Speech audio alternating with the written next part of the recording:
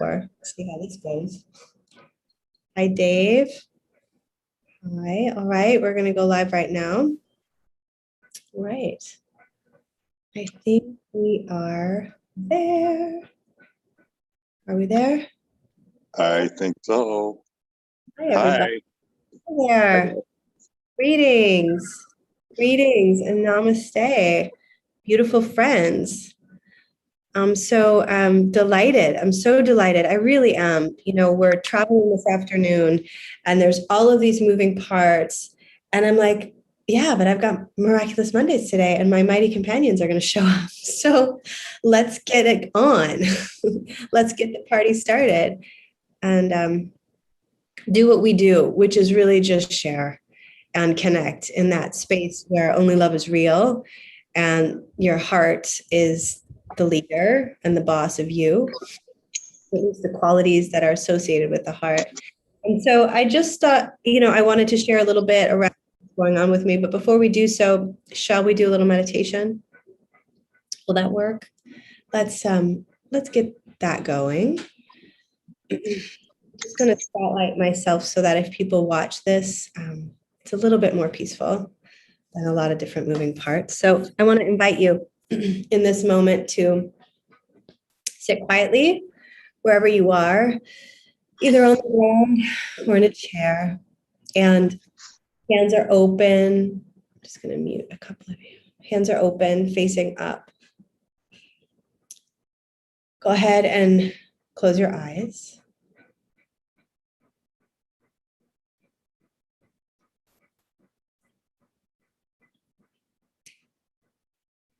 I want to ask you to notice your breathing, bringing some awareness to the sound of your breath.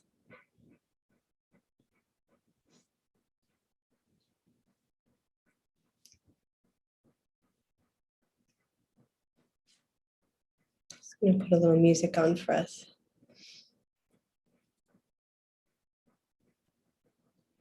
Just getting quiet.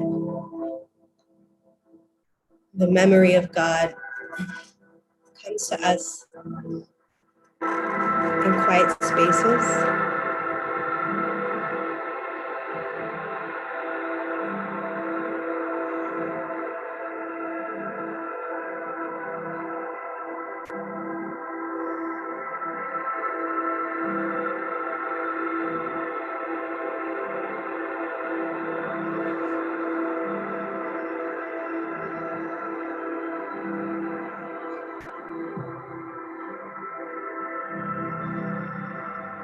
Taking a few moments to ground out any energy that's not yours.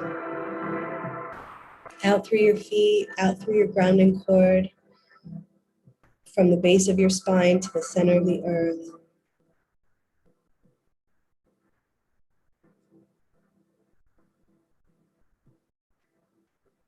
Letting go of any worry, any doubts.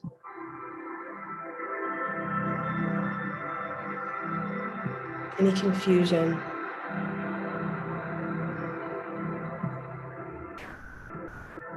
Just trusting that for the next piece of time that's happening automatically. You can feel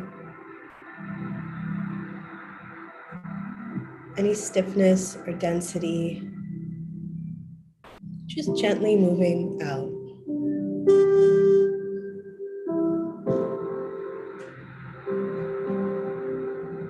And then imagining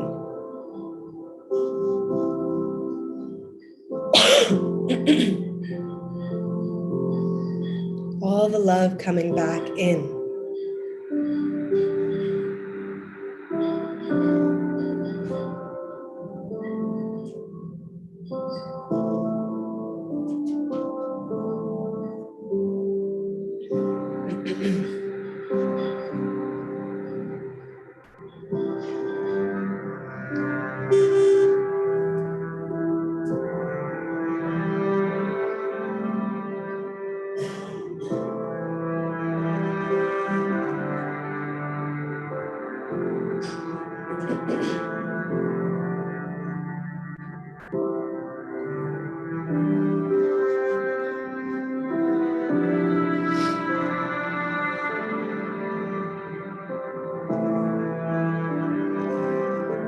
remembering your eternal gentleness.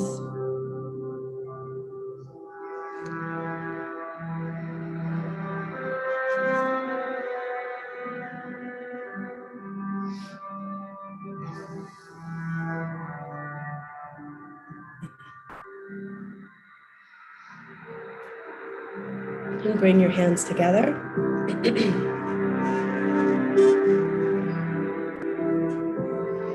Just take one deep breath.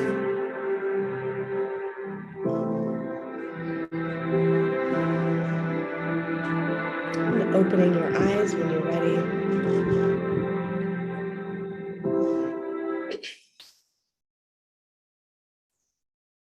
I have a tickle. Someone needs to talk while I go get some water. And you guys got this. Someone talk. I'll be right back.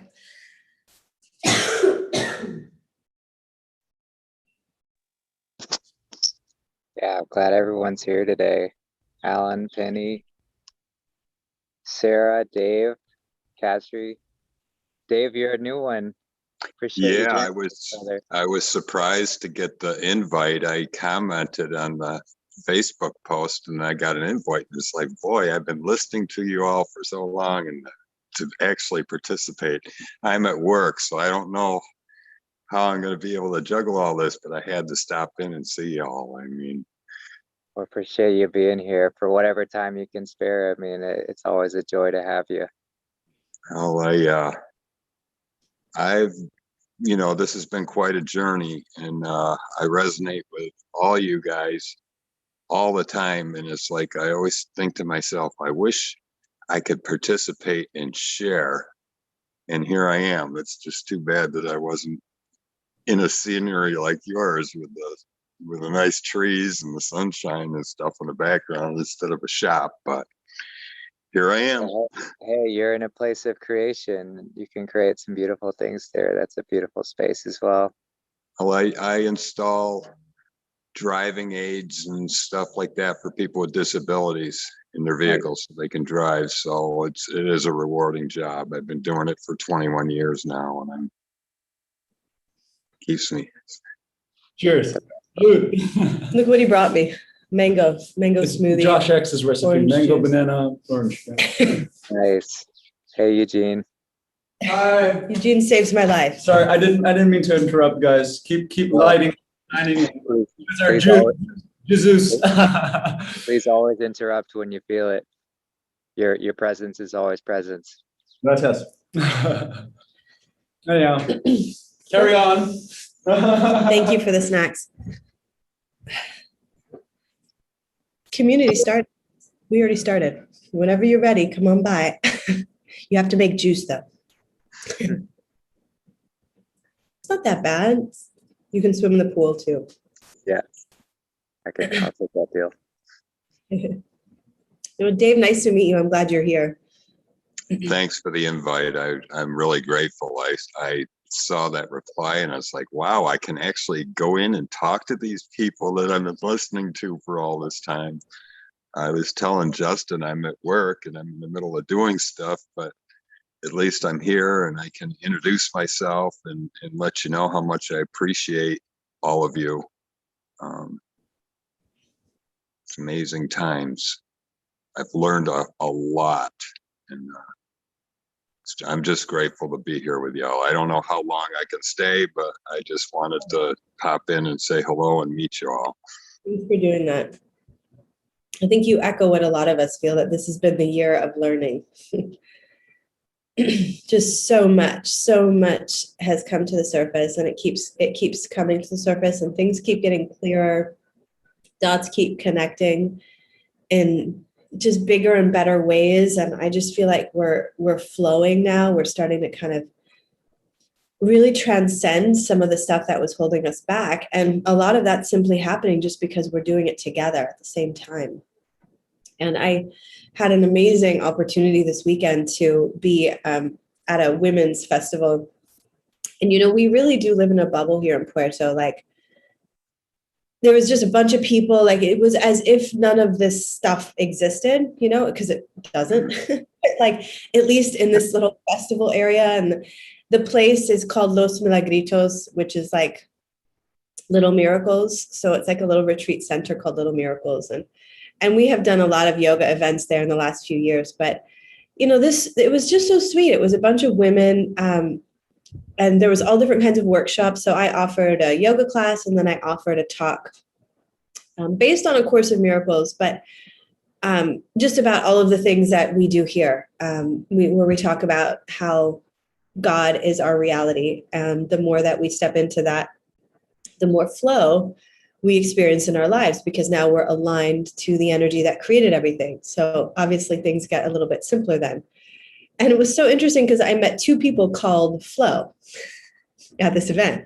And I was like, does this mean, like, that's very interesting. Like, how often, first of all, never in my life met anyone called Flow, at least face to face. And now two people called Flow at this women's festival at a miracle center in Mexico. And it was interesting because like the yoga class started and it was super powerful. And like people were like, oh my God, that was amazing. And I'm like, we did handstands and elbow stands. And we just like really get going in this yoga practice. And I'm just telling everybody that's what we do. You don't have to like, I can't do that. Don't go there yet. We're really good at everybody upside down in their own time. So no one has to worry about that. The most important piece is that you're breathing. So we just start with that. But it was really fascinating because there were all these women, we were practicing yoga, and then afterwards there was this sweet gal called Pachimama who was serving fresh cold pressed juices, her little juicer and little like, vegan treats and yumminess. And then in the afternoon, I led a talk. And I sat down to do the talk, and there was like a fire, and it was just a really sweet thing. And like two people were there. And I was like, this is so sweet. Here we go, right? So I just started talking, and then like 5 people came. And then at some point during the talk, we were in a circle with like women, and then deep a few more. And I didn't count them, but I don't know, 30, 40. It felt like all of these people, I don't know, it kind of felt like they were coming out from the trees. Like, I don't know where these people came from. But at some point during this conversation that was coming out of my mouth that I had no idea what I was saying. It was just like, I was just going for it. People were asking questions. It was so beautiful. I heard all of the things that we've been talking about these last months, merging with all of these young women and some older women and just all different, some children. Really, it's almost like I could see the words like getting into their field. And it was really powerful for me because I've been having the blessing of sharing this type of experience for a number of years, but to be back in the presence of people in the flesh was really cool. Like the resonance, the energy of teaching in that circle and having that back and forth and conversation was one of my favorite teaching opportunities I've ever had. And I'm sharing it with you because I want you to feel the energy of it.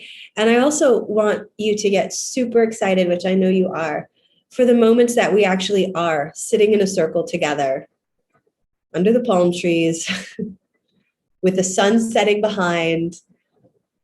Just that, I forgot how much I missed that. It's been over a year since I really taught people like bodies and a lot of bodies. It was really, really cool. Really, really inspiring and fascinating to see how all of the teachings are coming together.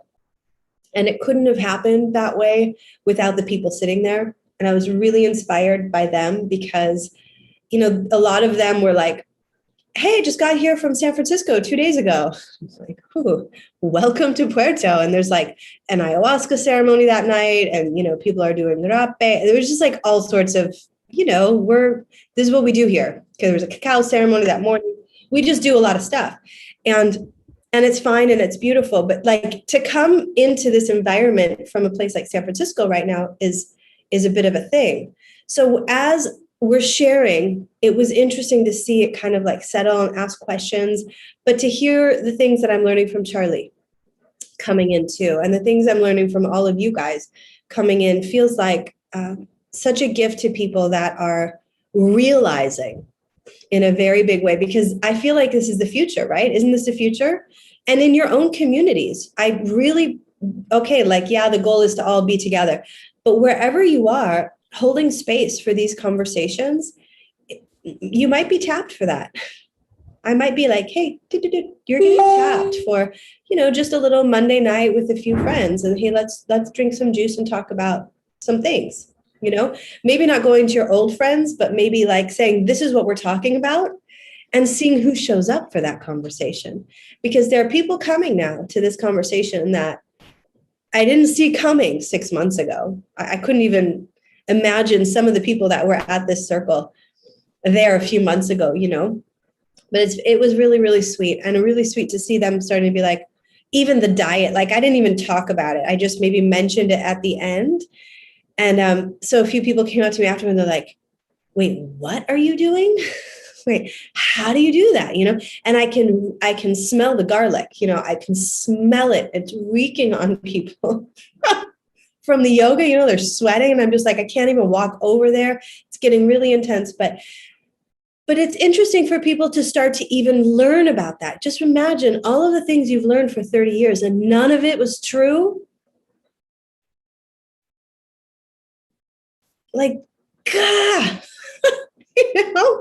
oh my God, are you serious? And then you come to like these types of situations where like, even wherever you are, and someone says, I think Penny, you said to me, like, Michelle Obama's a dude. And you were like, what? Like, I have so many people in my life that don't even like have no idea about that. Well, they're not really in my life anymore because they don't know about that. And I only want to talk to people that know about stuff, because I'm like, wow, there's stuff going on. I got to know. But people are coming. People are coming. And I think one of the biggest lessons I walked away with is patience and compassion. Because I have not always been compassionate towards people recently. I've been a little bit like, a little bit elbowy. And this teaching, this circle, that event gave me a lot of faith. Because again, it started with 2 people. Next thing I knew, it was, and their eyeballs were like that big. They were like, wait, what is she talking about? Like, wait, what do you mean only love is real? What do you mean miracles occur naturally as expressions of love? Like, what do you mean I'm not a victim of the world I see? What do you mean I'm never upset for the reason I think I am? What do you mean the world is an illusion?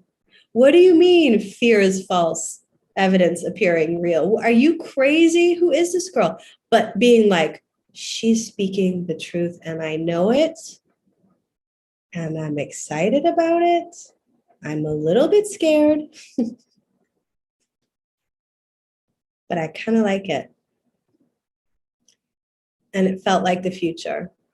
And I'm super excited, because if that's the future, then we can do this. We can do this. We can support our brothers and sisters. We can hold the space for them. I couldn't believe how easy it was to share. I couldn't believe it, because I went into it and not having any idea. And I had a fever that day, which was like, am I having a healing crisis or something? Like, I just like had a spike of a fever. So I came home in the middle and rested. And then when I went back, I hadn't even thought about what I was going to talk about. It was supposed to be a talk on A Course in Miracles, and I hadn't even thought about it. And I was like, well, it'll just, whatever needs to be said will be said. And it was perfect. And it was so much easier than me trying to plan out a workshop and like have talking points and all of that.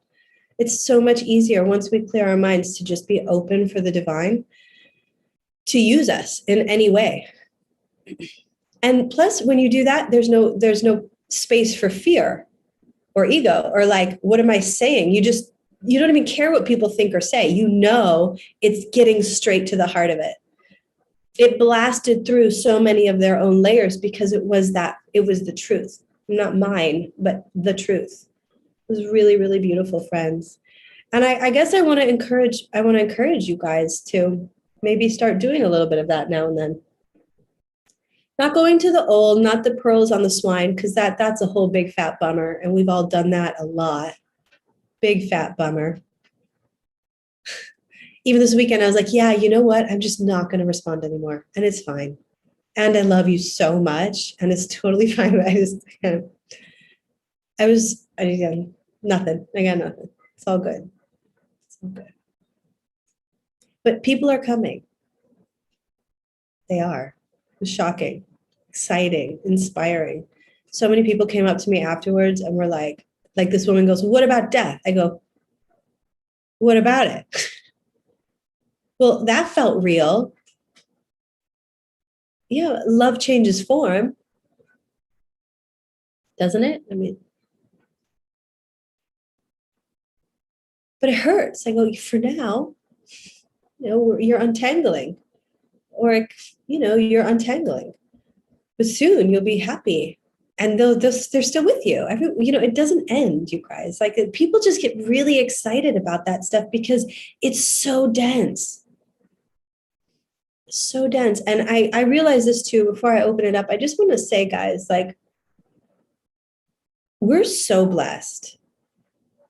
Like, we are so, so blessed to be in this moment in time, having the gnosis that we have. Even if you think you don't have it, you do.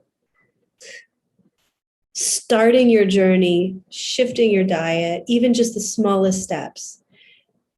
Like, you're so blessed. You're in a different timeline. You're ahead. Because when the people come, you're going to need to be ready, because they're coming. They're coming. And you're going to need to be really kind. Like, really kind. Really loving. And just smile and beam your eyeballs at them. Let them do a little twitching. People say, one of the girls started twitching. And this other girl she goes, I don't get it. Like, she said, she kind of came after me a little bit. And she's like, where are you getting this information?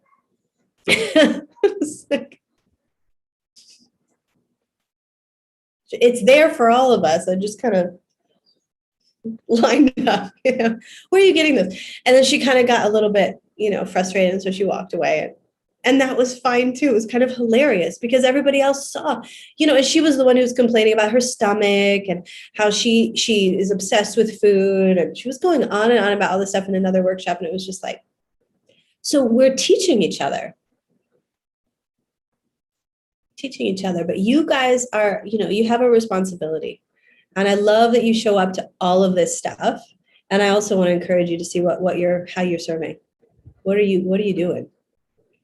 Where are you going? And here's the best part about it. When you give, you receive. And that's how you know you have it, is because you gave it. And a lot of times I think we're afraid to give it. We've taught ourselves to muzzle ourselves because everyone thinks we're crazy and weird. And so we're kind of like sensitive and a little bit like, and it's a little hard. And I hear all of that and I feel you 100%. I get it. But there are other people that are ready. And when you're ready, they're ready for you. And that's also really consistent in the Course in Miracles content, that, we each have our own ministry. We're all here as messengers. And the messenger doesn't judge the message. The messenger receives the message and then delivers the message. Doesn't open up the envelope and go, well, I don't think this is true. You should eat fruit. I don't know about that. That's craziness. It goes, oh, you're supposed to eat fruit. Awesome. Okay. I'm going to try and do that as best I can. And then the more I embody that, and then the next thing you know, you're talking about it. Because you received the message and then you delivered the message. And the 10% of you that wants to say the message is crazy is napping so much of the time now. Sang him a lullaby. He's like, rock-a-bye, baby, in the treetop. He's like, oh, I can sleep now. The inner teacher's here. I don't have to be in charge anymore. Good, because I'm kind of making a mess. Obviously, you can see it. And I said that in the talk. I go, look at what fear consciousness does. It's all an illusion, all of it. Look at how, persistent it is in being right. Now in Mexico City, you have to wear 2 masks and a visor.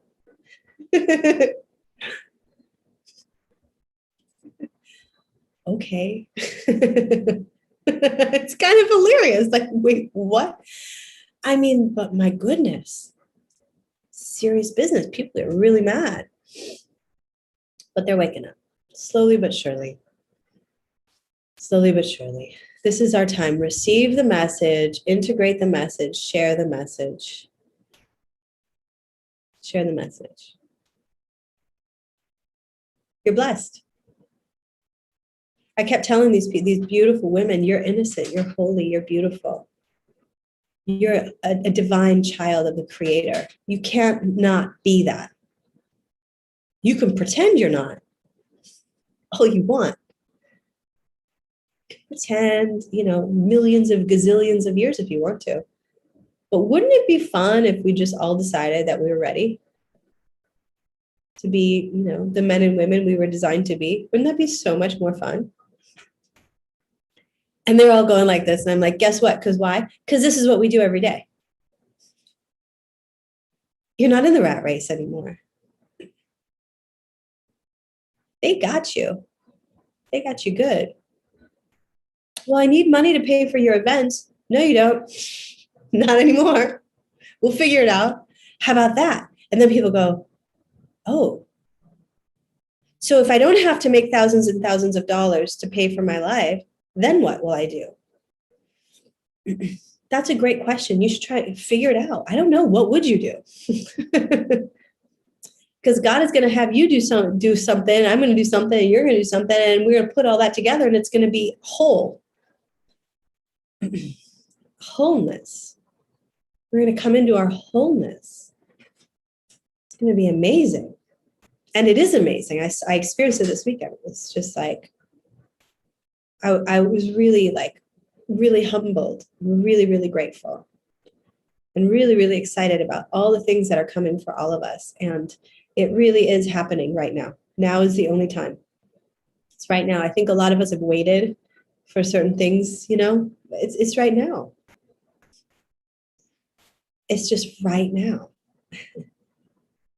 And that's a beautiful thing. And aren't we the lucky ones? So we are. We're so lucky, you guys. I'm looking around. I mean, people are still eating hamburgers. I mean, seriously. My 4-year-old, they just put up this huge billboard on the street, and it's like, for burgers and beer and like wings and like all the stuff. My 4-year-old points to the sign. He goes, look, we had Claudia in the car. You guys, some of you know her. Look, Claudia, that's junk food. That's a win. You guys should celebrate that win with me, because I wouldn't have done it without you. I wouldn't have known without you. I mean, I knew, but I wouldn't have received it and then done it. And now my kids are going to skip so many years. We're getting there. We're getting there. And that's why I'm excited about you, Penny, and I'm excited about Kazri and Sarah and all of you guys, to be in community and to share with the children, because that's really healing. So I get them on the adult end, and, we're pretty far gone. We're pretty far gone. But, again, there's only so far out of bounds we can go before God's going to get involved. And we're there, totally out of bounds. We're totally out of bounds. We know it. They know it. Everybody knows it. And now, here we go. We show up. And we get quiet. And you all know how to do that. Even if you think you're not doing it, you're doing it. Just sit down and get quiet every day. 5 minutes in the morning, 5 minutes at noon, 5 minutes before you go to bed. Just get started. Because God can come to you when you're quiet, not when you're busy telling God what you want, what you think, and when you want it, what time, and the color and the package. It's we're so hilarious, aren't we? All right. Anybody want to chime in here? That's kind of what I want to say. I met someone called Flow. I was in the flow. I saw the future. It's beautiful. It's beautiful. It's such a gift to be of service. Really is.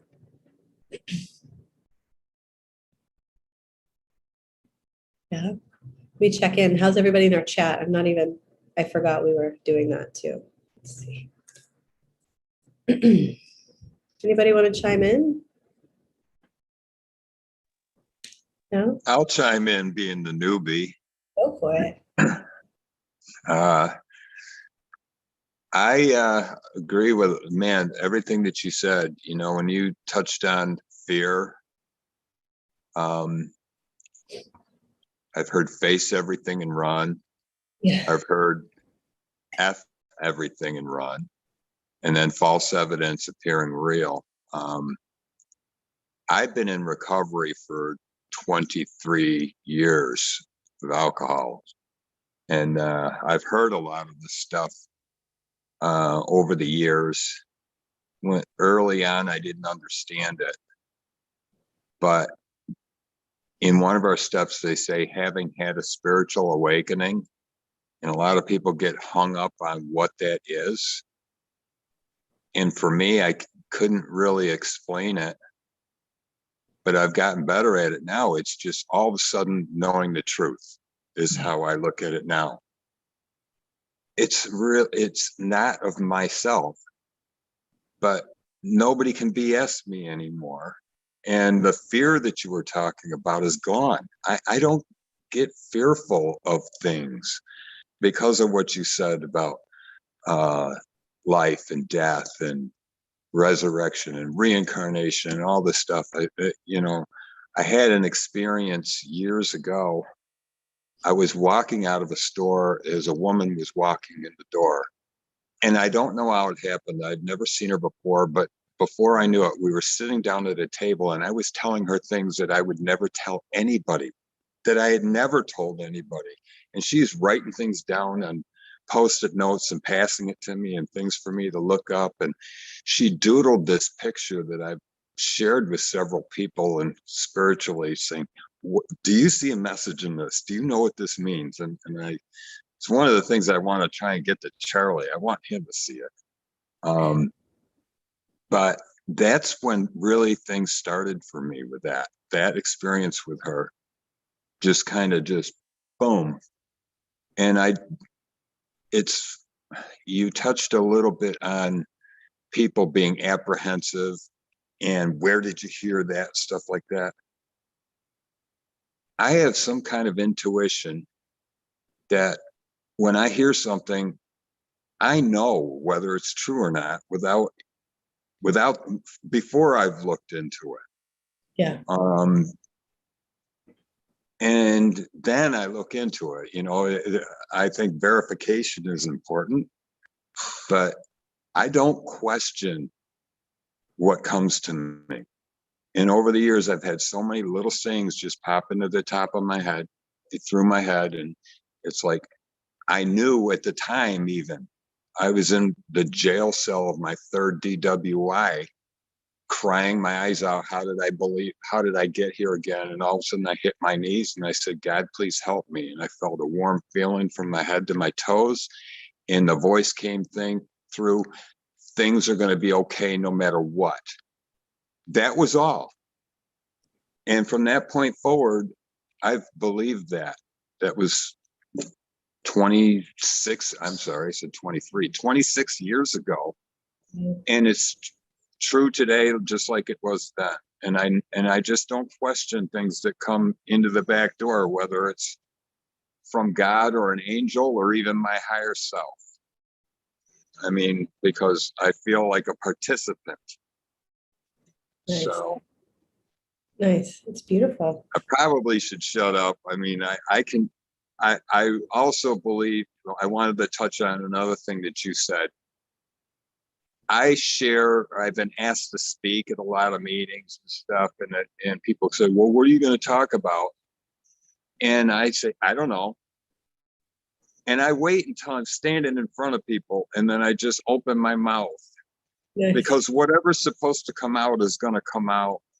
And there's been a lot of times where people have come up after, man, I really love what you said. And I have to think, what did I say? Nice. So I wholeheartedly practice that. You know, I try not to influence what needs to be said or how or to who. So. There's a beautiful prayer in the chorus. It's like you wake up every morning and you say, what would you have me do? Where would you have me go? What would you have me say? And to whom?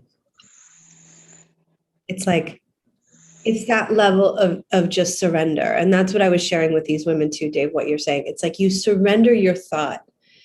You know your actions without God. You know what they're like, right? We all do. What are my actions with God? Unlimited. Really, really awesome, fascinating. And anytime there's like anything that comes at me that I feel, is something, if you take it back to God, I had some woman this weekend, she said to me, you've changed. You used to be so forgiving. You used to be so open-minded. You used to be so loving. You've changed.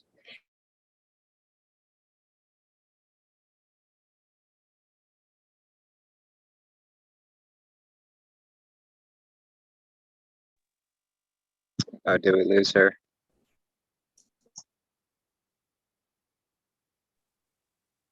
I thought she's crazy. Okay, after, and I went, oh God, have I changed? That's what so-and-so said. That's what my mom said. That's what my best friend said. Marie, we lost probably the last 15, 20 seconds of what you just said. That's sad. Internet. Let me see. What did I say? You said you started. I was basically. She said that you've changed and you used to be so forgiving and loving, and then it kind of broke off from there. Okay. So when I first heard the message, I was feeling really in my power, so I didn't really take it to heart. But then I started thinking, right? I started to take thought, and I started to go, well, have I changed? Did I hurt this? And I think that was an important part of the process too, of healing whatever it was for me that was kind of awoken. And what was awoken was still valuing myself based on what other people think about me. I am this because they say I am. I am loving because she thinks I am or she says I am. But it was still kind of there with me. And so I took it to sunset meditation, yoga. And I turned my face and I stuck myself in the sun. And I asked God, show me, what am I missing? And I surrendered my perception. I surrendered. I was like, okay, I'm going to give my thought to God. For God's will, God's thought. What would you have me see? And you know what God said to me really clearly? So beautiful. You are innocent. And I was like, what? And I kind of felt like this, like tears, like really? And then I saw some of the places actually that I maybe didn't say it the best way, or I was a little bit whatever, but I saw myself like here to learn. Not here to perform, not here to please everybody, not here to do it perfectly. So maybe I did for that person push a button or whatever, but I was innocent and my intention is pure. And that was such a big healing for me, because I think so many of us, maybe as a child you were accused of like doing something that you didn't have a malintention, but it was perceived that way by an adult. Has anyone done that? Those memories of like, oh God, I remember that happening a lot. I would be like just playing with something, and then all of a sudden it was like, we're leaving, and you're like, ah, you didn't realize that you were holding up something, but that projection and being a really, open and chilled. We were all like sponges. So I saw that happen, and I think it's happened to a lot of people where we were perceived, we were misunderstood. And it hurts a little bit sometimes if you don't have that distinction, that separation of like, okay. So when I went to my meditation, I asked God, what is it? And he said, you're innocent. I was like, oh, good. That's awesome. And you know what? So is she. So is she. She's not wrong. I mean, I don't necessarily like, she's teaching me definitely a lot of things. But maybe I did change. And maybe the opportunity for me is to embrace that instead of feeling ashamed by it. as if that's a bad thing to change. Why did I take that as an insult? Maybe that's great. Maybe my love is more fierce. Maybe I am a little bit more of a zealot. But these days, there's not a lot of room for gray. Gray is what got us into this mess. Lukewarm. Right? So yeah, we're here to learn. Life is a school, and let's learn our lessons and let's do really good work. And let's be open to the divine to teach us, because like we've discussed, I mean, a lot of what I've learned is total falsery. 99.99999% of it is all upside down. So what makes me think I know then? Wouldn't it be much better just to stay open and be like, look, I don't know. Will you please show me? And then know and trust in the now that God's got your back, because you were created. You didn't create yourself. Great news. Spiritual Psychology 101. You didn't create yourself. You're an idea in the mind of God. Thank goodness.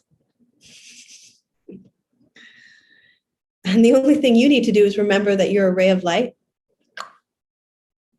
and you can't not be, and just tap it, and you are what you eat. So, the more light you ingest, the more light you will be. It's very simple. It's great news. Just wanted to say that for some reason. Anybody else want to chime in? I'm going to drink more juice. You tell it a little too. Okay. It's okay. Yeah, go ahead, Penny. Hi. Just want to say nice to meet you all, finally, face to face. And Ellen, it's been good interacting with you. Thank you for your insights as well. And Kazri with the group and the juicing. It was my first ever juice fast, and it was amazing. And I'm just a different person. But also from what I've learned from all you guys over the, I don't know how long. I've been, I'm in Portugal, so we're in lockdown. We're just slowly opening up. The restaurants opened this week, but only to sit outside. But I've been pretty much shut inside for a year, researching, studying, trying to save my dying husband, which didn't really work, but saved myself in the interim, and met Charlie and Colleen, and things just changed rapidly. The health kick that we both got on changed rapidly. He was juicing in the weeks before he died, and I was already juicing by then. And I just never went back to eating anything else again. And it's been easy. It has been such an easy transition. I've lost so much weight. I'm 22 kilos so far, and I am a completely different person. I don't have any people here I can speak to. I have 2 people on my wavelength here that I can spend time with and talk freely, and that's it. And all my friends here are big, obese, unhealthy, multiple pharmaceuticals, just don't get it, don't want to listen to me. So I just be with them, offer little things, but I don't say anything anymore. I kind of let them wait to come to me if that's what they want to do. But it's hard watching these people so ill. And yeah, I watched that video today on the containers, the evergreen shipping containers, and the agenda around that and the food thing around that really hit me, because I just read in my local paper, little tiny English rag here, campaign launched to promote sustainable diets for 15 to 35-year-olds to get them off eating meat and onto, I'm thinking, Bill Gates's meat is the agenda here. I'm not sure, but what's come up in the Portugal paper is very much agenda issues. And yeah, this was quite an interesting read after just listening to what's going on with the food and everything with Bill Gates. So yeah, I'm hoping that people will see the light over this and really see the real food issues. Would be such a nice thing, especially for the children. You know, my kids are both vegetarian. They're not so bothered with what I'm doing. They've been vegetarian all their lives pretty much. So I've been vegetarian most of my life. So we've come and gone off it. But this is the first time I've been vegan, stuck to vegan, and pretty much all raw. The only thing I do eat that's cooked is hummus. I make hummus and that's it. And everything else is raw. And most of it I'm growing on my back deck in my little apartment here. So I'm trying really hard to do it all myself. And we've just come into watermelon season. So I am back into my juice and I'm so happy. I've never felt better. And I have people saying things to me that just are quite, you know, stunning. I met a guy, never met him before, spent half an hour in his home, and on the way out the door, he just thanked me for bringing light into his house. And another friend that I have talked with recently and spent some time with them on Friday, and I was leaving and she said, do you have any idea what you bring? What you know, what you come with? And I didn't know what she was talking about, and she was talking about light. She said, you come with light. And this is what we are becoming. The lighter we become, the lighter we become. And it's a beautiful thing. And the more we get into it, the more intuitive we become, the more caring, and the easier it becomes with the compassion side, because I care for very elderly in-laws who are very unappreciative, and it's a very difficult job with no gratitude whatsoever. And I still do it with love because I'm the only person they have, for one thing. I don't know how long that's going to be for, but you know, for now it is. And there's, because of the situation we're in, we have homeless people everywhere. And so I'm now cooking, caring for homeless people, just because nobody else will do it. And so, yeah, these are things you get called to do. You just have to do it. Penny, thank you so much for that. I'm super moved. Yeah. And I want to come and do the kids. I'm also the teacher, so I'm really gonna come into Meath to teach the children, hang with the kids, play hacky sack. Come be with me. Come on down. We love you. We can't wait to have you here. And I think that we all have been really tenderized by the children, all of us, and it's helping us to heal our own inner children. And you know, you need to speak about the elderly. It's like, you know, even in Newsweek now, they're talking about adrenochrome. Like, they're not saying the word yet, but they're saying, oh, and the first thing, and I'm sorry to go here, I try not to go here on Miraculous Mondays, but just stay with me for a second. The first thing anyone with a heart is going to say, they're going to see that article and they're going to, yeah, but how do they get the blood from the kids? Like, that's the first thing anyone thinks.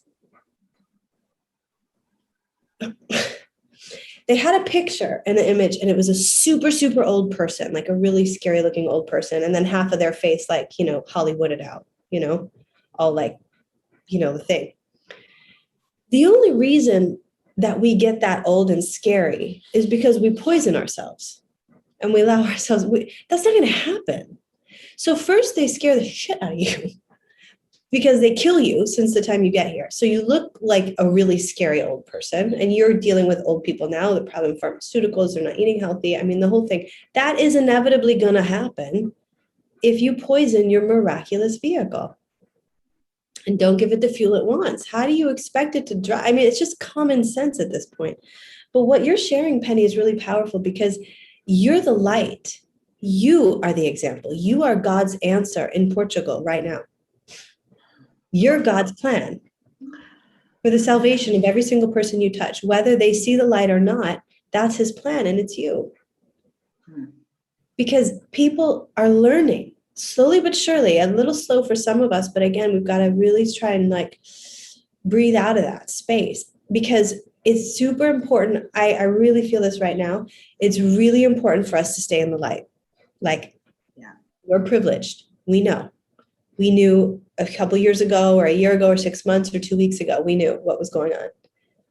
And now we've got to stay like really, in yoga, we call it mula bandha, where you lift your root lock, you pull your navel back, got your chin open so that you're able to communicate truth. People can see it in you. I mean, we walked in to get our passport pictures today, and the guy looked at us like, who are these people? We were just like, us. We were just us. We were the light. We have to be right now, because it's going to happen. It's going to hit. Justin and everybody's been saying that for a long time, but I didn't really get it until this weekend. Like, it's going to hit. Someone's going to read a Newsweek article just randomly and go, but how did they get the blood? Just so you don't get old? Well, why do we get old? Well, how do I not get that old? And then one thread to the next. And we're here, being the curriculum of love. Being it, not doing it, just being it, and knowing that whatever you need to do is going to do. It's like you just said, Penny, it was so powerful. Like, I got to feed the people for now. That's the answer. And then it's going to shift when it's time to shift. But it's that level of service, that miraculous flow of just, I'm here. Show me. What would you have me do today? Where'd you have me go? What do you want me to say? To who? Yeah. Thank you for sharing. Thank you for being here. I cannot wait for my kids to meet you. You guys are the people, and all of the children need people like us. And let's just start to show that world what it looks like. They don't know. They don't know. Why are we mad at them for not knowing? They don't know. We didn't know at some point. Now we do. So now we do better. And this is why people like us have to really keep, our vigilance. And that's what those people saw in me, a level of vigilance and faith and trust in this practice of loving consciousness in action. I trust it.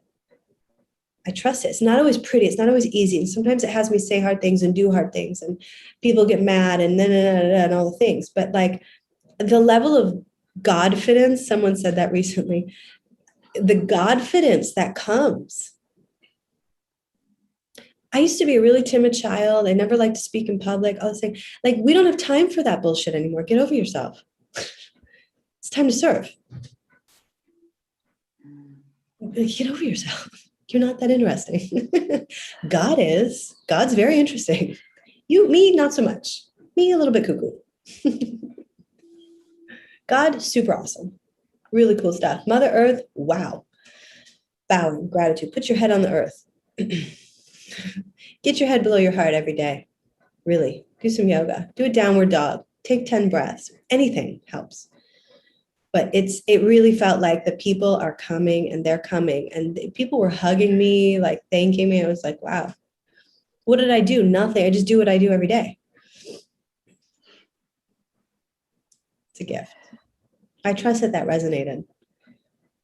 And I know you're going through a very interesting time too. So detachment, gratitude, all the spiritual stuff we know, we get to practice it now. It was really cool before we could just like think it and be able to say it. That was cool like a while ago. And now it's like so uncool. Now all of us are calling those cats out. You're like, yeah, but you're not doing it.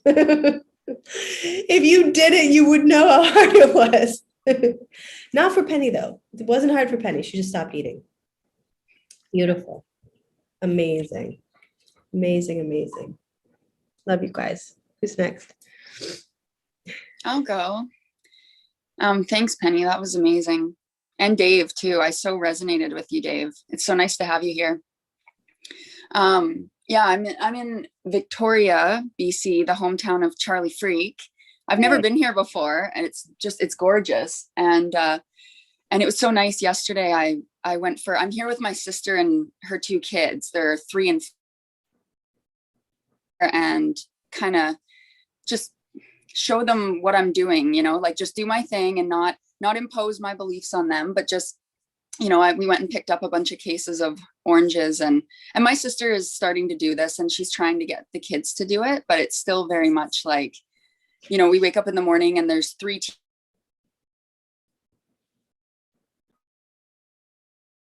cakes, and then by about 11 o'clock they're miserable. And it's a lot for my, I'm just observing it all. Like, you know, I'm trying really hard now to come from a place of not, like before, when I first learned about this stuff last year, it was like I felt this like panic that I needed everybody to know like the truth so that they could change in time for what was happening. And I just felt this, it was really stressful. I put a lot of stress on myself trying to do that. And then now I've noticed this like just peace and calmness since the sun's come out, and I've been able to put my bare feet on the ground more. And yesterday I went and laid in the moss in the sun in the forest, and like I had my feet on the ground, my hands on the ground, and I felt the earth pulsing through my hands. My sacrum was pulsing against the ground, and I felt so alive and charged. And I happened to open my eyes as an eagle's like circling above and a hummingbird lands beside me. And I come back to the house with Lindsay and the kids, and I'm like so just radiating, right? And like it's so amazing, because I find, you know, I don't watch TV. I don't even have a TV anymore. Like I got rid of all that stuff. So when I'm here, it's like I'm like, oh my God, like all these kids shows are playing in different rooms and everybody's running around screaming, and I'm just like, ah. So yeah, I just wanted to come here and like, you know, just kind of do my thing in front of them, and like you were saying, Penny, you know, like just being the light, you know. And it's funny because I don't even have to say anything to my sister. She's just like, so what's that? And what are you doing? And can you make us that raw vegan meal I saw you post on Facebook? And so I made it for her and her husband last night, and they loved it. And so, and then, and they're, I mean, they're awake to a lot of things. Like they're, you know, I remember when my sister's husband liked Trump, and I was just like, of course he does. I can't believe it. Like, and I just felt terrified that somebody in our family liked Trump, you know, and it's been so amazing, like watching the growth, you know. But I find that, you know, a lot of people, it's like talking about the food piece, you know, it's happening. I don't know if it's the energies have changed, or if we've changed, or if we're changing with the energies, but it's like, you know, people, when I watch them eat meat, you know, like barbecue sauce, where they were barbecuing the night I got here with rice and soy sauce and all the things. And instantly I see their faces change, the eyes change, the whole mood and everything. And then it's like ice cream after. And I'm like, I have energy to burn. I'm just juicing. I'm only eating mangoes and avocados and drinking orange juice. That's like how I'm living now. And so, and like I was talking to my mom yesterday, and she's doing the same thing. She's just juicing. She's pretty alkaline. And she was playing tennis with this lady who's younger than her. And after half an hour, the lady shows up there, and she's like, I just had meat with barbecue sauce and I'm ready to go. And after half an hour of playing, the girl's like, oh, I got to quit. I'm so exhausted. And my mom was ready to go for like a couple more hours. And it's really interesting watching and coming from a place of observing it and being like, wow, this is real. This is like a real thing. Like we are what we eat. And I'm seeing it in everywhere that I go. You know, we went to pick up our cases of oranges, and I was on the ferry without a mask, like medical exemption, and I'm not bothered. I know that here in BC, they have it on the government website that, you know, stores will not be fined if somebody with a medical exemption is in their store, and they're not allowed to ask for proof. So, you know, I was trying to like kind of lead the way for my sister and show her. So I called ahead to the store and said, I'm coming to pick up my order. And by the way, my sister and I are medically exempt. Well, and I've been shopping for a year basically without a mask, maybe not at Costco, but I don't really go there. And the guy was like, well, sorry, no, we can't let you in without a mask. You have to wear some kind of a shield or whatever. And I said, well, like it's on the government website that I'm allowed to shop without a mask. So there are some places that are still like, it's like the government says I can. They're the ones that are creating these rules, but you guys are going to say that I can. And it ended up just being more about saving face of what the other customers are going to think, you know. And so I've been talking back and forth with the manager, and like he's reaching out to the store owner, and we're coming to an agreement. And it's like, it's a beautiful thing to be able to show people. My sister's like, wow, you know, and like we walk in without a mask, and it's like where she would have just put hers on and gone in because it's easier, you know. It's too hard to fight with people.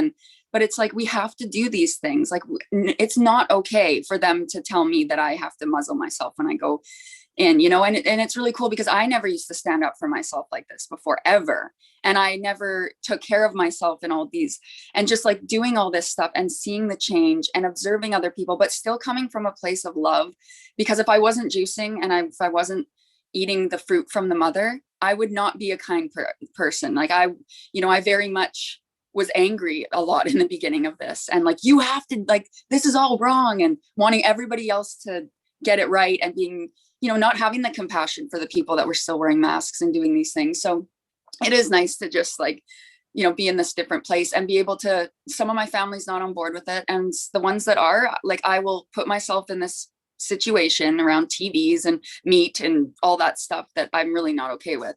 And just to try and, you know, but I have to also go and like take care, like we have to be with the mother. Like that's where I'm getting all my healing from, is touching the trees, and the kids are following me, and like, they're loving it. Like they've only, you know, I wasn't in their life for the last couple of years, and they like cling to me. They want to be with me all the time, and they're teaching me so much. So it's just beautiful. And getting to be here with all of you guys. Thank you. Like, it's just such a gift to be here. I love it. I love you all. Thank you. Love you. Gosh, how about that, sister, huh? Jeez. Sorry, I get passionate and I just like go on a rant about all the things, but you are awesome, and we love your rants, and we hope you always give them to us. And you give them, and you're showing people how to do it is exactly what I'm feeling too, is now this is that moment. It's not about words. It's not about that. Unless they're asking, don't give it to them, but show them. And the energy that you spoke to, I think we can all really, yeah, it's like, what do I do with all this energy? So there's just so much energy, and it's such a clean and clear and pristine and just delicious, delicate frequency. I mean, it's just like, I love it. I don't want anyone to mess with it. And I just want to keep feeding it, nurturing it, and giving it what it needs. It doesn't need much.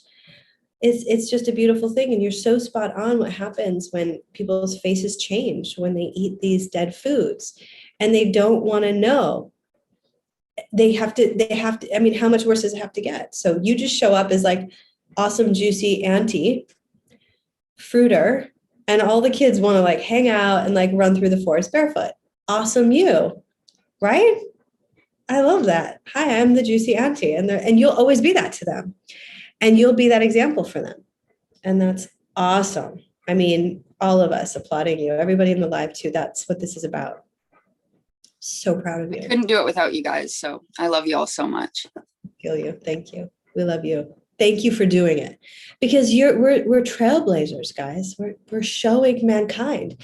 Like what you just said, Sarah, was so potent. It was like, I was not a kind person. I was a fake kind person because I was eating fake food. So I was a faker because I was always having the anger on the inside that a lot of us, and then we talked about this in my talk, and then everybody's shoving it down. Well, it's not, it's the adrenaline from all this food. It's the toxins, it's the emotional, the body freaking out. And then your system's all, it's like cray cray. It's like everything goes a little cray cray. And it's hard to exist like that, especially when it need not be. It need not be that way. It need not be that way. But again, you tell the person whose system's going cray cray, they're going to see you, and then you're all of a sudden the bad guy. The juicy auntie's the bad guy. How am I the bad guy in this scenario? But we can't take it personal because it's like, it's so obvious what's going on right now. It, like you just said it's like getting so ridiculously obvious that we're on the right side of things. And I don't say that to be like, ha ha. I say it to be like, embrace it, stand in your power, hold the line, mula bandha up, breathe, drink juice, let people see it, and it will all work out. But that's the work right now, is to stay, on the narrow path. And it's easy because we have each other. Thank goodness. Thank goodness. I mean, seriously, crazy stuff. We went to this new vegan restaurant. The kids really wanted to go. And the chef is there, and I said, we've been on this fruit thing. And she says to me, you know what? I could live on fruit. I go, we kind of are. She's like, I don't even know why I do all this. I go, I know. You can just eat mangoes. Then there's a huge mango tree over her little, she's cooking in a little, what are those, like VW buses? You'll see when you come here, there's a lot of this kind of pop-up little places. And she's like in there, like making, it was nice. We didn't, it was fine. But she's like, but then again, why is she doing it? Because she needs the money. This is the link. That's how they get us all in. She would be serving fruit, mango smoothies or whatever from a friggin' mango tree just because she loves to do it. Easy, right? Easy and free. We're getting there. We're going to show people we can do this. And how we trust each other. Isn't this beautiful how we trust each other? And no one's hiding. No one's faking anything. Hollywood, just think of it. Everyone's faking everything. They're faking their sex. They're faking their creation. They're faking everything. So we have to unfake everything. Everything. You don't need anything. We're looking at this film like nobody wants this. We just want some mangoes. This is gross. Look. And it's fine. It's, it's stages, but like we're the 1% of the 1%. Go us. Who's next? Mula Banda up. Is that Aaron? Come on, baby. How you guys doing? Hey. Hey. Just want to touch on something that came to mind a little earlier. It was one of your shows when you had Josh X on. He put you a little meditation. He reminded, it's a great meditation of you left, we left him, we left God. He didn't leave us. He's always there for us. And through that, and kind of speaks on what we're talking about today, is, having that armor of God, or having that confidence that you said earlier, to listen, serve. And the true serving is amazing. The energy exchange that you're able to give other people when you really tap into that God energy that's always there for us, that's always been there. Really allows that light to be shine, to shine your light, like Penny was saying. And people notice it when you really step into who you are and you really harness that energy that's really there for you to tap into in every moment. And just really have that connection with them, because every moment is here for us to learn. And even the same ones that we had before with our parents, or the same people that we had experiences with before, but putting on the armor of God and, willing to serve them brings different energy to the exchange. And definitely speak with example, having my parents and most everybody around me. I have probably everybody around me still eating meat, and my kids, and my other half is not on the same program with the food with the kids, so they're being torn a little bit, but they know. But having that being able to serve and just be there and to shine the light, and then the questions start coming. Then you get to really stand back and just start answering rather than pushing. When you push, you just push people away, no matter how much your love is behind them. But once you're able to allow that to come to you and let your light shine, and then let them see you, then the questions open their doors, and then the journey begins, and the learning, and a little more progress than you would if you push. So I do like the reminding myself that we left him, he never left us, and he's always there for us to tap into. And it's in every moment, every second, because all the time we do it is have now.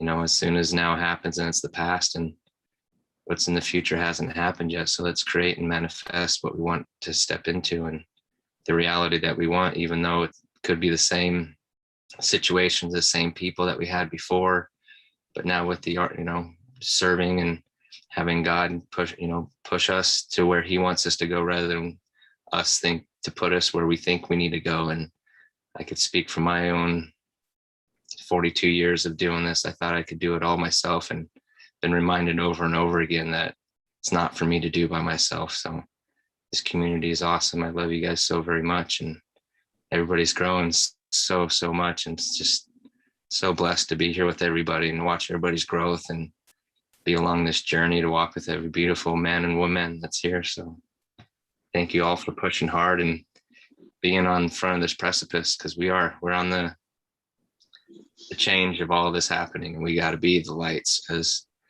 it's not going to get any easier from this point forth. I can guarantee you that. So I could feel it coming. Everybody talking about it. It's beautiful. So we got a big family, and we're strong. We're stronger than anybody could ever imagine. When we turn this video off and we go back to doing what we're doing, I could see it every time we come back here. We're so bright and we're so strong, and that's what everybody needs. Because think of how weak we fell and how far we fell to become that dependent on things and that blind to really what's killing us. And for some of our family members here and our truth come out, you know, it really starts putting that, you could look at it separation, but a lot of learning that we could put forth and serve for them and be that light as long as we can. But we still have to know our boundaries and know where we're going and not get stuck. So it is a fine balance, and balance is key. So I love you guys. Love you so much, Aaron. You know, you say, everything you say is just always so, yeah, everybody, let's give him some hearts. Yay. You know, when you said something, it really piqued me before I open it back to everyone else, is that like the children feeling a little torn, you know, and then these teaching opportunities that we have to like, just say the truth. You know, it's not like we're fabricating anything. It's just, this is what it is. And seeing the children kind of like process that information, there was, you know, there's still a little part of me that kind of feels sad sometimes that they're, you know, they're struggling because they've got one foot in both worlds, you know, a little bit still. And we're doing everything we can, right, Penny? Come on, to support the kids and getting them, you know, over this hump. But it's hard for the grownups too, because the grownups that are resisting the truth are still invested in the creation they made. Are you with me? It's like, that's why it's so hard. Like, we don't want to admit that we're wrong. And God, isn't it so much easier to just be like, wow, we've really been misguided. We've participated. And then just admitting that, how that softens everything. It softens it, and we're not contracting. We're not trying to be right, and it's very difficult. So I commend you, brother. That's a hard situation. Even when Dani wasn't 100% in, I was like, dude, you got to get here, because this is not going to work without you. Like, we need you in, and now he's in. Thank God. And it's like, whoa, next level. Whoa, next level, and for the children too. And I hold that vision for you. Whatever's going to be is going to be. But I wanted to just speak to some of us that are having these conversations where, you know, people are not hearing, and they feel like when you tell them the truth, that maybe that's your truth, or that you're not kind, or you're being judgmental. Like, people keep telling me I'm judgmental. I'm like, I don't see that. I don't think I'm being judgmental. I'm just saying that's a cow. That's it. I didn't make that up. It's a fact. I mean, we've all got to agree to certain things here. So, but again, the reason they're having such a hard time is because we've created this. And it's like, if God created us, we either co-create with God or we miscreate. Those are your choices. You co-create with God or you miscreate. And that's where a lot of us have gotten stuck, and where a lot of people still are, is they're attached to their miscreations, which is very natural because they created it. They think it's them. Exactly. They take it too personal. You know, that I see it in my dad. He's a baby boomer. I think it's probably going to be pretty heavy on the baby boomers. He's not, and I think it's in that era that, you know, I was kind of brought up of, you know, anytime I had a little of emotion, he'd call me sissy boy, and, you know, you're not supposed to have any emotion. Being a man and whatnot. But I see that, you know, being some of his downfall now a little bit, not having that little heart where it might take him a second to think about what he's doing, and realizing that this is, you know, about eating meat. Because I tell him the same thing. I was like, well, you know what you're doing, you know what you're doing to yourself, and it's because of your action. And they get defensive because they take it personal, where they think I'm attacking them. when I'm like, no, no, no, I'm not attacking you. It's just, I don't care who's doing it. If it was myself, I'd be yelling at myself. But this action itself is something that we need to look at, and separating that self really takes the ability to look within and not having that heart center, being able to have that little bit of caring like a mother does to their kid, like just allowing them to grow and stuff. It kind of gives you that separation. I see that they have that attachment to the food, like it's them, like it's part of them. If they don't eat that meat, if it's part of them that they're getting, they're putting away, but which it is. It's big stuff because, yeah, I mean, everybody's so, we got just so tricked. I mean, it's such a sad story, man. It really is. And all these cats, I mean, my parents are baby boomers too. And so it's like, they're so in it. They're just so in it. And it's the food is an aspect of it, but even not that. It's just like, what about the possibilities? Like someone said to me, she just got back from California, and she goes, it was like I was in a simulation. It was like I was in a reality. I was like in it, like kind of matrixy, like going, none of this is real. So I'm kind of going into this upcoming trip like that, just to kind of, keep my sanity around it. But the people that are in it are in it, and they think it's real. And so all of the spiritual woo-woo that we come with, like, don't take anything personal, it's true. Like, try and for us to practice that, like, don't take it personal when someone says that you're unkind or judgmental. Take it personal anymore. Love on yourself. You're innocent. And it's doing the best you can, and so are they. But they've at some point got to break that. Dick. It'll happen.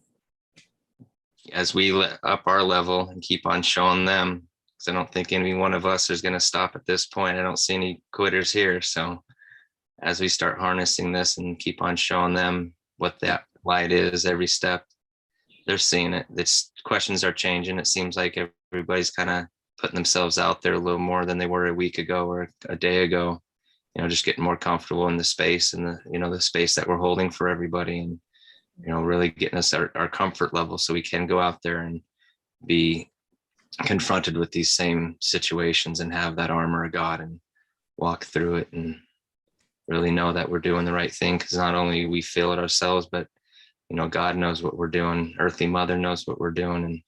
And, like Sarah was saying, sitting on the ground, putting your feet on the dirt and hands in the ground, it's amazing. And then, if you haven't done that and you start tapping into that energy, you start opening what's really there for us. And it's not what's in between our ears, because the only thing between our ears is what we make up. And might as well tap into that energy that's there for us and allow that God consciousness to come through and paint the picture that we're supposed to live. So it's beautiful. It's beautiful. Julie and Justin, go for it. Yeah, so a couple things that came up when both you and Aaron were speaking. So when we're looking, and like, I feel like this is a common theme that I like to bring up about this split decision that we always have between God or the absence of God, or love or fear, or however you want to put it. But when we are using this idea of care and compassion towards others to try and illuminate the truth to them, we can actually trick ourselves and be pulling from a fear-based response in order to bring that information to them. And you can root that decision into, it's still a fear of death, but it's a fear of their death, or a fear of their suffering, or a fear of losing them in some capacity or another. But it's still fear, because whatever they're going through and whatever they're learning from, whatever they're experiencing is perfect. It's absolutely perfect for them. And we can't be trying to steer and change and manipulate away from that, because that's not out of love. That's out of fear. That's out of control, which is a fear-based. Control is fear-based. And so it's just important to remember that, and it just ties into everything that y'all have been saying about just operating from that place of wholeness and operating from that place of truth. And they will have more opportunities to see it, but it doesn't have to come from any sort of force kind of way, or any trying to steer it, and just truly just that absolute surrender, that everything is perfect exactly as it is. And I can just continue to strive to be more in this space of ease, and by being in this space of ease, it will show to all that I'm around.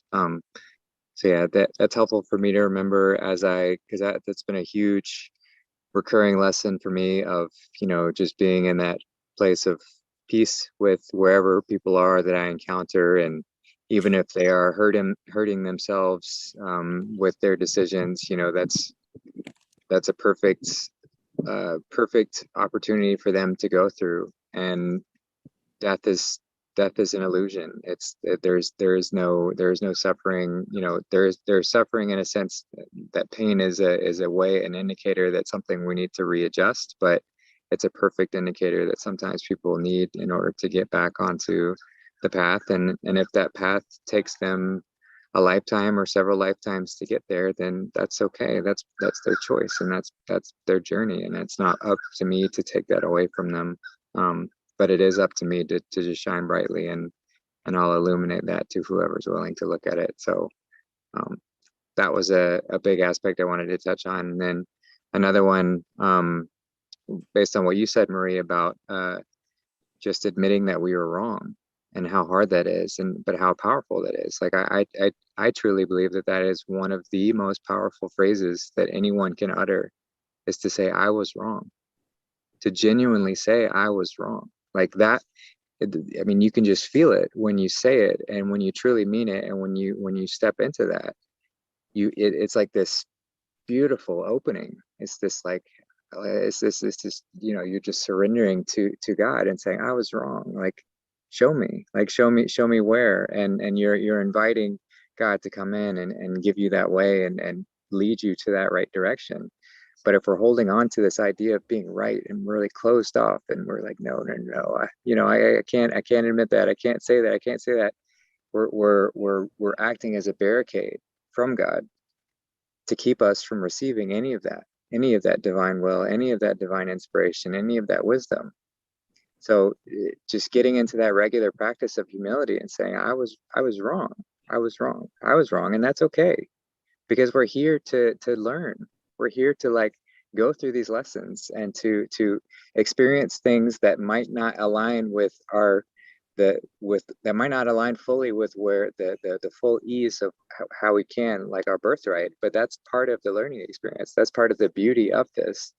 And then having that humility to let go of that construct of holding and controlling, and saying, I was wrong, and just see what magic happens. I mean, that is just it is a magical process, and that is doing true alchemy. That is alchemizing in the highest sense. So I would just really encourage anyone to really embrace those opportunities when we are confronted with things that, at first we feel really stubborn, and like we're like, there's no way I was wrong about that. There's no way like I could have been like that. Like, truly step into that and see it, and look at it holistically. And if it is the case, like, oh, wow, I was wrong, and see what magic happens. See what happens. So yeah, just wanted to leave that. So beautiful. Yeah, because again, that's just a little correction. It's not, that's the old paradigm of sin and punishment shifted from error to correction. That's all. It's like, yeah, I was wrong. It's so liberating. And this whole game is around freedom too, isn't it? So it's like whatever needs to be done so that I'm free, not in a yucky way, but in like a really pristine way. Like, all right, just take anything that's not mine away. All of it. I didn't know. Thank you for showing me. I love you. Because at the end of the day, you're innocent. You're here to learn. That's, I think, one of the most potent lessons that group got on Saturday. Like, to really to realize that it wasn't about that like performance that I'm supposed to know. At some point you're supposed to know how to do multiplication. Right? You're supposed to know that. Well, if you don't, then what happens? Well, you start to feel bad about it. Instead of really shifting that energy towards, well, I would like to learn. I want to learn this, And so that's, again, a part of those old matrix systems, if you ask me, around, at some point you were supposed to know. So if you didn't, you faked it. or you were ashamed of it, or you got quiet about it. And now it's like, no, I really don't know that. Please tell me more about magnetism. Never heard that. Like, this is fascinating. Wait, what about the numbers? Like, that's why I love all you cats. You guys are all like, we're all filling in the blanks, you know? You guys are awesome. Like, wow, I've been kind of, swimming in shallow waters. I want to go deep. I know how to swim in the waves now. I was swimming last night at sunset, beautiful waves. I was like, wow, what a gift. My little niños, my little dolphins. At one point I looked up and Adam was on Danny's back and they were coming over this big wave. And I was just like, oh, I'm going to cry. Like, how did this happen? It's amazing. Their faces, their hair, just so good. So good. So many blessings. So many blessings. Anybody else? Kazri, Alan, you guys want to say anything? Beautiful people. Sure, I'll go. Get my headset in here. I'm just grateful to be here, and I'm so emotional I'm still emotional, but I had tears when Penny was speaking. It started with you, Marie. I don't even know what you said. I don't know what you were saying, but it cracked me open. And then when Penny was speaking, with what she's been going through and the light she keeps shining, it's just, wow, so extraordinary. Dave, we have almost the same birthday. I'm 27 years sober. So yay us. And yeah, I don't know, just so glad to be here. To be able to be so authentic, like here, not only are we talking on this Zoom, I have no problem with being authentic and crying and sharing. Like, I do it all the time. That's me. That's just me. I did fake, I did phony, I don't know who I am for a long time, and gradually remove more and more layers so I can do this. But to do this on a Zoom call, that's okay. But then, okay, this is on YouTube, this is live. I have no idea who's watching. So that's like next level vulnerability. So there's a lot of resistance to being here for that reason. No, like, I am who I am, and I am living the truths that I believe to be true. And why hide it? There's no hiding it. So yeah, I don't know what the tears were, but it's so beautiful. It just cracked me open. And I think, okay, yeah. When you were sharing, Marie, about it's coming, the new communities are coming. Like, I had, just like you did, Marie, with your yoga community, I had the most beautiful community here on Prince Edward Island. We're a tiny place, but wow, did we have an extraordinary community.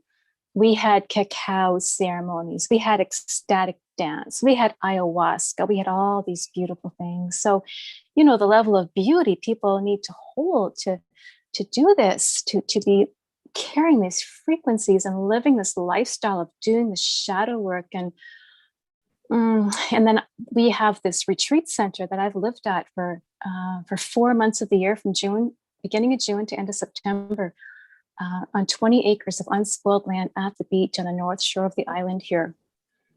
It's like I lived there for 6 summers. I have been technically sort of homeless. I don't have my own home. I don't own a home. I just keep moving. I just do this short term. I'm just a gypsy. It flows. I flow. And it works. The universe always provides the most beautiful homes. I do short-term rentals. I do house sitting. I don't know. I do whatever. But in the summer, I've had this extraordinary place, like forest and trails and wild roses, raspberries, trails. And we don't mow the whole thing down. It's just little trails to get from one place to the other. Sand dunes, big red cliffs, a river, like all of this. And I live there. I'm the caretaker. And I'm there alone 80% of the time. There's no Wi-Fi. There's no cell phone reception, barely. For the longest time, we had no indoor plumbing. We had an outhouse. We got an indoor toilet a couple of years ago. It was heaven on earth, and it healed me. I was the place where I was able to connect with Mother Earth and get away from the technology for 4 months of the year. But these people, they're programmed.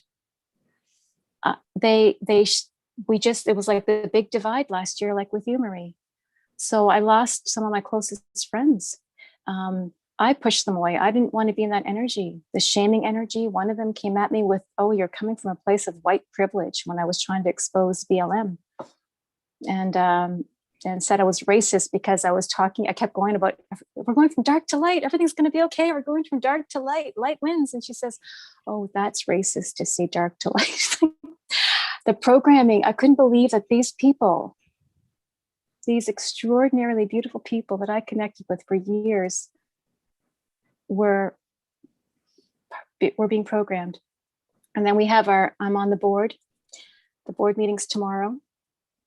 And I'm shaking now just talking about this. It's been a week. I've been saying, okay, I got to write to them and say thank you for the years I've experienced there. It's been the best years of my life. But I'm resigning from the board and I'm not going back. Thank you. And that's it. I don't have to explain. They know why. There was a message today saying, "Oh, we're looking forward to seeing you all tomorrow. Please wear your mask as you enter the building into the hallway until you get to my apartment building." I went, "Are you serious? Are you fucking asking me to wear a mask? You're fucking crazy, like me? I've not worn a mask for the past, no, I've never worn a mask. I'm not wearing a mask." Are you, like, wow. So that's sealed the deal. It's like, okay, guaranteed 100%, these are not my people anymore. Maybe they will be again. Maybe they will wake up and they will see how they have been manipulated. Like, it's heartbreaking to see how it's like there are these little manipulated slaves and they have no idea. And they're judging me for standing in truth and being this light and saying, "No, I'm not accepting any tyranny." So it's been a bit heartbreaking, and I knew it was coming. I knew I had to make this decision. So it's done. I'll write to them. And but the thing is, the reason why it's all okay, it's all perfect, because there's going to be so many other communities. It's like, okay, where? Universe, God, source, where's my next assignment? Am I going to Costa Rica? Am I going to Mexico? Am I going to Portugal? There's another community there, Freak Sense people, pennies in Portugal. There's so many possibilities. It's coming.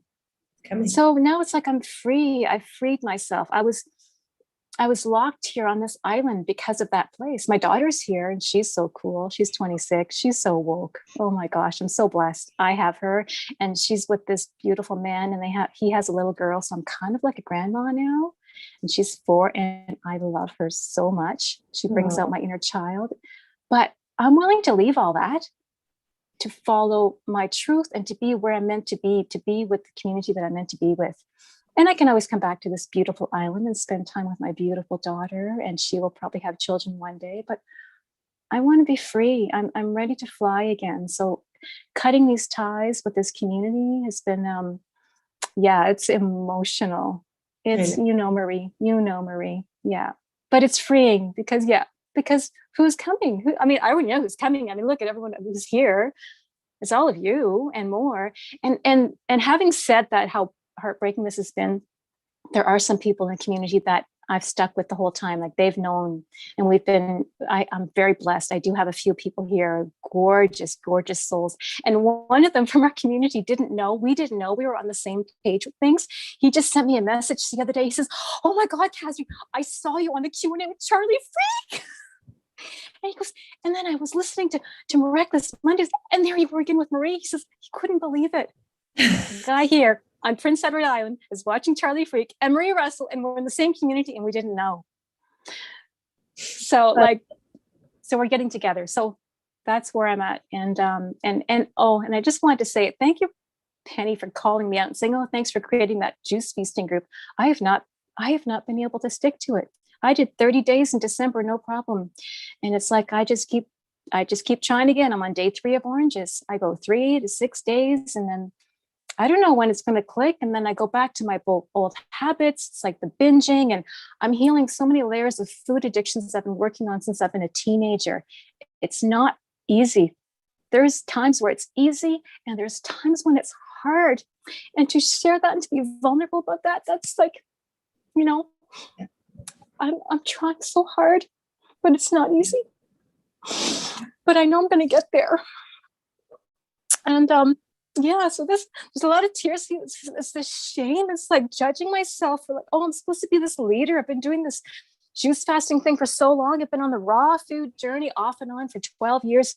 I've been healing my food addictions for like 27 years when I first became vegetarian. Like, it's a journey. And I'm so inspired by those who are able to just jump on and just do it. I'm going, wow. Like I can see how we all have our strengths. We all have our places where things are easier than others. We all have our wounds, and everyone's so unique on where we have to work on something. But by doing it together, we just keep inspiring each other. And at some point, it just all starts to click. So I'm doing some deep healing work right now to find that place where all of a sudden, actually, it's clicking. For the past 3 days, it's like, this is easy. Why was it hard before? I don't know why it was hard before. It just was. And now it's easy. I'm going with that. It might be hard tomorrow. And I might have some kind of vegan junk food tomorrow. I don't know. But I'm learning. I guess the message here for me, for anyone else, is the message is to learn to be just so gentle, because we are innocent. And I think that's what really touched me too. Like, we are just so innocent and we're so hard on ourselves. I'm so hard on myself. But we're so innocent. We keep trying. We just don't give up. Like, that's the thing about us, though. We don't give up. We just, because we know we are who we are and what we're here to do, and the essence of who we truly are. And we do not give up, and we stay connected, and we have this online community, and we will be in person in community. And we just keep holding each other's hand when the other one is kind of, fallen. We think we've fallen, but no. We're just taking a little break. We're just taking a break on the trail. I'm tired right now. I'm just going to sit here, look at this tree, and then I might join you again soon. But just knowing that there is this community. So we just keep hanging on to each other. And then we find our way, and just to realize that, yeah, we're just all so innocent, and we're all doing the best we can. And to stop judging, like, for me to stop judging myself, like, wow. I don't need anyone else to be hard on me. I'm hard enough on myself, myself. Yes. No one gets to, yeah. But I won't let anyone else do it to me. I'm getting really strong that way. I don't put up with anyone being harsh towards me or judging me. I stand up for myself. But now it's time for me to stand up to that other little voice inside of me that is hard on me.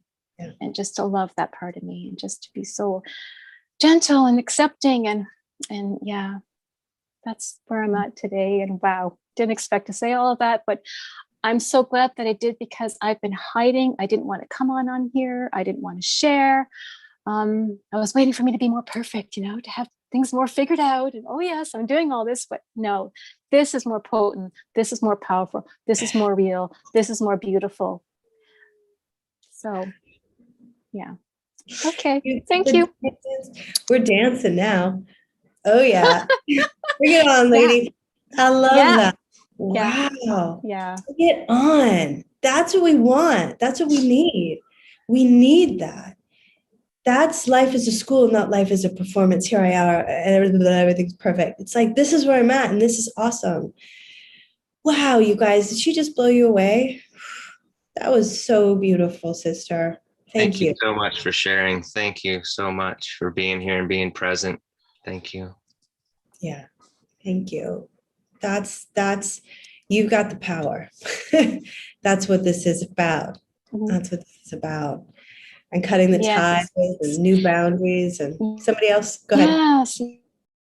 Yes, we do. Yeah.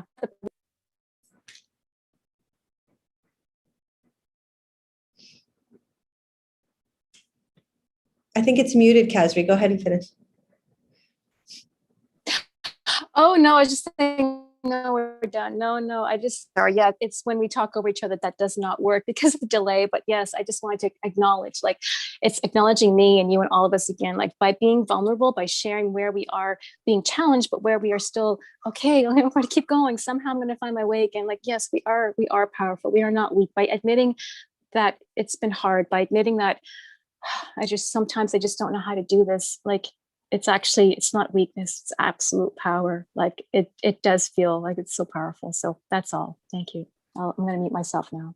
Thank you for that. I think it's really important that yeah, everything you said. I mean, you know everything.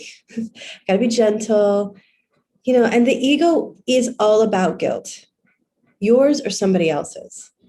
So anytime there's even guilt of self, that's your ego.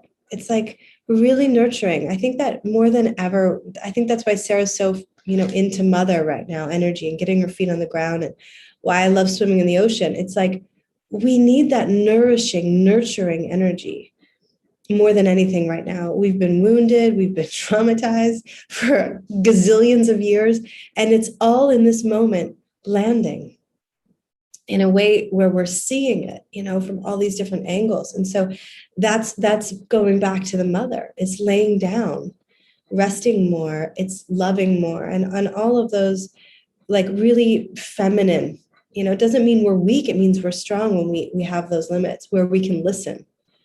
And I really feel that more than anything, that's the healing, right? That's what we're talking about. Magnetism is what Charlie's teaching all of us. And how you had a friend, I had it too, a friend from San Francisco 15 years ago on a Charlie Freak show. And I'm like, oh my God, I remember you. Now we're like talking all the time. And so there's something that happens when God has taken so many people out of my life, but I see them come back like their superhero version of them. Okay. Like, that's what I'm noticing. I'm like, God, and like Penny's really reminding me of someone in my older community, but she's like magnified. Like, she's been like, her dial's been like, and then that's like Penny. So it's like these archetypes, I think, that we've let go of. Trusting God means he's going to give you, maybe he's going to take 10, but give you 1. And you're going to be like, whoa, you know what I mean? Or like he'll take 1 and give you 10. Or like the numbers don't so much matter, but anytime it feels like magnetism is doing that repelling magnetic work, it's always for the better. And I think it's just been, for myself, really needing to trust that. And that's kind of what we were talking about earlier with Aaron. Like, I need to trust. I just need to trust that when I'm letting go of my own attachments, because that community was something I built.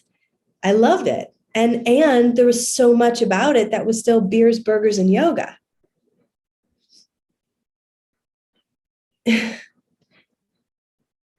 I mean, I saw some of the kids in the class from yesterday at this vegan place last night. They're just like drinking beers. And I'm like, I know all about these cats. The vegan beer drinkers. I know, because I was one. Not so much beer, but, it's fine. But it's that magnetic work and just trusting that God is on it. And what you shared about all the different communities coming up is super exciting for us too. And what Charlie was saying recently about like no passports and was it Peter Wilson, just learning about when passports came to be. Like, wow. And just all of the constraints. So like, yeah, everything is breaking down, and all of us, just even the attempt to get on the diet that was created for us by our Father in heaven and our mother here on earth, just that attempt is undoing all of it. And I have a lot of confidence in that. I can see it in you, I can see it in Justin, I can see it in Penny and Alan, all of you. I'm just like, wow, this is really happening. And all it asks for us is to be honest. Consistent. That's what honesty is. Consistent, without conflict. Look, I'm not in conflict. Even if I am in conflict, I'm in conflict. I'm having a hard time. Can someone help me out? Not like, that doesn't work anymore. And it won't. Which is a blessing. I love you, Kasri. You have always, I mean, you were one of the first ones when I came out pumping on Facebook, and you were always at my side. You were like, way to go, and da-da-da, and like encouraged. I was like, look at these people, because I was being so attacked. The next thing I knew, there was like people like you, and Alba at the time was all over my stuff, and then Justin showed up, and then Sarah, and then when Aaron came into the first, he showed up for the first one. I was like, Dani. And then Alan showed up, and now Penny's here. And I'm like, what is going on? And Dave showed up, and Dani Russel swimming with Adam in Hi big guys. waves. Hi everybody. Hey, Alan, Aaron, Sarah. Hi, Penny, Dave, Kasri, everybody else there, Justin, man. Yeah, guys, so awesome, so awesome. You know, we sinned yesterday because we took our daughter. I don't know if Marie told the story. Our daughter wanted to go to this restaurant which has a vegan chef, and I told her. yeah, it was just like, We were like, you know, guys, so I used to much drink work. tobacco and smoke cigarettes, and it Drink was just, tobacco? well, you Drink know, alcohol. yeah. And it was the same thing with this food. It was just like, my body doesn't even want it anymore. So it's not even a mental battle, you know, it becomes better and better. So yeah, awesome stuff, guys. You know, if you have a fallback, then your body will tell you. It's as simple as that. You don't even need to like confess to anybody. But anyway, love you loads, guys. Wish us a fun trip. We're going on a little long trip. So yeah, into Babylon. We are. We're going into the Matrix, but we're going, you know, Matrix style. All the kids, we're all going, you know, not in black, but you know, we know we're on a mission. You guys are awesome. Alan, what have you got for us, brother? Give it to us raw. Raw and sweet. Hey everybody, love you all. Yeah. Mondays are something I look forward to now, right? When Sunday night comes along, I'm like, oh yeah, Miraculous Mondays. 'Cause, yeah, I'm here to learn, and I always learning a lot from you guys, and I want to thank you guys. I got the inspiration from you guys to go back into juicing again. And recently, last Thursday, I ended a 20-day solid food vacation. And yeah, it was, now I want to just go back into it again. But the first 7 days of the solid food vacation was actually a water fast. And then I started juicing a lot of citrus. And now I just want to keep it simple and just juice oranges, you know. And it's easy to pick out the seeds and plant them, as opposed to like juicing kiwis and I'm picking it each seed, you know. But what's great, or I got some great news, like day 9 of the solid food vacation, my cravings for cannabis just pretty much disappeared. And I was a cannabis addict since I was a teenager, so almost 20 years of just like every day, like, oh, I gotta find some buds. So, you know, so I felt that freedom, and it was beautiful, that freedom. And then that was around day 9. And then I think for over a week, well, people ask, like, is that enough calories? You know, I was just eating like 8 oranges. At one point, it just got to like 8 oranges a day, and I was fine. I was sleeping really well. And, you know, my mother is like, you're going to pass out, you know, is that even enough? Is that enough calories? But then around my last week, or even more than a week, maybe from day 12 to day 20, I look at the scale every morning, and I was 60 kilograms. I didn't go past 61. I didn't go below 59. So I stayed at around 60 kilograms for over a week on just 8 oranges a day. So it's like, what is calories? You know, does that really exist? But it's great. I'm learning a lot, and I'm getting back into this. I want to hop right back into it pretty soon. And yeah, I just want to thank you guys for all the good information, the good messages, good signs, and the inspiration. Love you guys. Love you, Alan. You're so inspiring. Thank you. Alan's a miracle, you guys. This is God. I told you the story. I was on Facebook for 32 seconds, and I saw his post about 365 days, and I wrote him. I was like, come play with us. If you'll like us, come on, hang out with us, you know. And then he showed up, and then it was just like love at first sight. So that's how I roll, though. I'm all about love at first sight.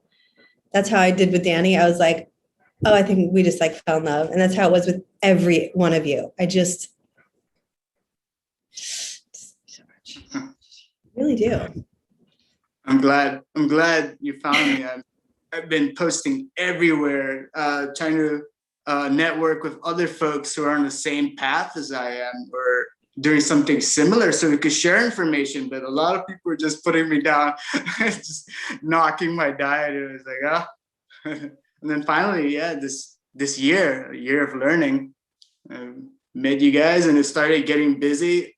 Folks started asking me to come do interviews and join them in their podcasts, and it's been great. Now I get to share my experience with more folks, and I'm hoping more communities, increase and earth becomes, like heaven, heaven on earth. Heaven on earth. That's what we're doing. That's what we're doing. I used to think it was really hard. I would think it's so hard, and sometimes I still get there, but then I see it and I have these experiences of it. And I'm like, wow, it really isn't that hard. It's just that rawness. It's just like, Kazri, what you're saying, it's just like, just being you. And this is what this journey really has been about for me in such a big way. It's a journey out of fear. It's a journey out of fear. It's like becoming so fearless. Really tapping that power of God, just being fearless, knowing who you are, tripping out on bananas, just being like, oh my God. I trip out on bananas, like the little bananas. I cannot wait to share these bananas with you. They'll blow your mind. They'll blow your mind. And this whole juicy juice thing, if you take Alan's trip, everyone's trip is so different. I mean, 365 days, just fruit. That's effing amazing. Some people do 144 days, just juice. Some people do 4 days, just juice, and then fruit, and then back to juice, and then back. And then it's like, let's celebrate each other with orange juice. Champagne's out of style. I love orange juice. I love orange juice so much. Months on orange juice now. It's amazing. Is it trippy or what? Awesome. Oh my God. You're amazing. So, just exchanging the light for the dark as much as I got. It's amazing, Aaron. You guys are all so inspirational. And remember, each of us has a ministry. Each of us has a ministry. And so let our journeys be unique, because in their uniqueness, God is capturing as many as he can through us. So however it's coming through for you and whatever your obstacles are perfect. They're perfect. Because someone's going to need it just said that way and just experienced that way. And then they're going to get it. And then they're going to turn around, and that's boom. Critical mass, that's salvation of the world. That's how it works. So let's not underestimate how powerful we are just by showing up every day and being willing to turn our attention to the divine in every moment, in every way, every day. Yeah? Right. Any final thoughts before we complete today? Feelings?